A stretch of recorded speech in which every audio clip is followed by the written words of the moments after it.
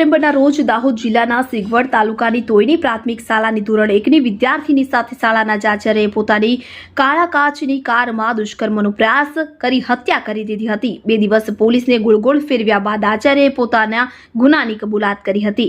હાલ આરોપી રિમાન્ડ પર છે, ત્યારે બુધવારે પોલીસે આરોપીને સાથે રાખીને ઘટનાનું રિકન્સ્ટ્રક્શન કર્યું હતું કે જેમાં આરોપીએ બાળકીને માતા પાસેથી કારમાં બેસાડ્યાથી લઈને દુષ્કર્મના પ્રયાસ અને હત્યા બાદ જે ખેલ કર્યા એ ફરીથી પોલીસ આગળ કરી બતાવ્યા હતા।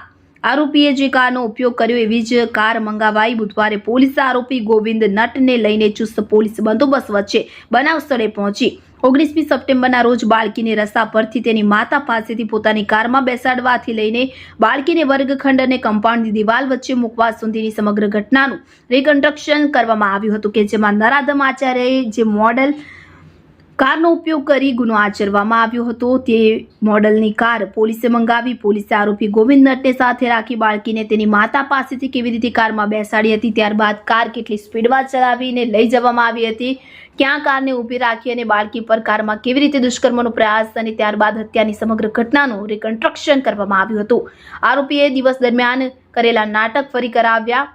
ત્યારબાદ પોલીસે આરોપી ગોવિંદ નટને દુષ્કર્મના પ્રયાસના સ્થળ પરથી કારમાં તેની શાળાએ લઈ જવામાં આવ્યો હતો। શાળામાં નરાધમ આચાર્યએ કારને શાળામાં લઈ ગયા બાદ પાર્કિંગ કરવામાં આવીને જગ્યાએ ત્યારબાદ દિવસ દરમિયાન નરાધમ આચાર્યએ ઘટનાને છુપાવવા માટે જે કંઈ પણ પ્રયાસો કર્યા તમામનું પોલીસની ઉપસ્થિતિમાં રિકન્સ્ટ્રક્શન કરવામાં આવ્યું।